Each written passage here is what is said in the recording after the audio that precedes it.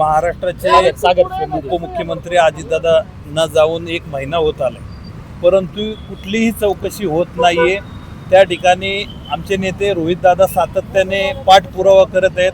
त्या अपघाताचे काही कारणे ते समोर आणली जातात, परंतु कुठल्याही प्रकारची कारवाई करत नाही। DGCA कंपनी करत नाहीये, त्याबरोबर VCR कंपनीवर देखील करत नाही। तर आमची मागणी आहे, याची सखोल चौकशी झाली पाहिजे, CBI चौकशी झाली पाहिजे, ह्याच्या मागचा धनी कोण आहे हे देखील पाहिलं पाहिजे, अशी आमची राष्ट्रवादी युवकच्या वतीने मागणी आहे। कारण आज आपण बघताय महाराष्ट्रातील अन्य नागरिक असो, नेते असो, याच्यासाठी हतबल झालेले आहेत, परंतु आम्हाला लक्षातच येत नाही की सध्या काय परिस्थिती चाललेली।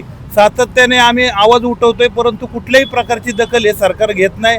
तर केंद्र सरकारने याच्यात सखोल चौकशी करून लवकरात लवकर कारवाई करावी अशी आमची मागणी आहे। विषय असा आहे, काही राजकीय नेत्यांची नावं सातत्याने चर्चेत येतात की यांनी ह्या मागे घडवले काय, मला काय घातपात वाटतं? 100% वाटतो, कारण आपण पाहिलं असेल की विमान हे मुंबईहून पुण्याला येत होतं, त्यासाठी टाकी फुल असताना देखील त्या ठिकाणी डिझेलचे कॅन भरले होते।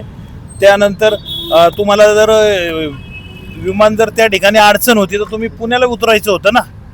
तर हे सगळे यंत्रणा असताना देखील हा अपघात झाला कसा, असा आमच्यासारख्याला प्रश्न आहे।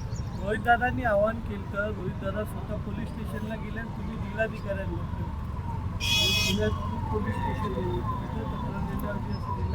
आता काय खाली तर काल बघितलं असं मुंबईत काय प्रकार झाला, पोलीस स्टेशनला पोलीस कुणाच्या सांगण्यावरून असं वागतात, आम्हाला देखील प्रश्न पडतो। त्यामुळे म्हणलं तिथं जाण्यापेक्षा आपण कलेक्टरकडे येऊ आणि त्या ठिकाणी जाब विचारू। त्यामुळे आम्ही आज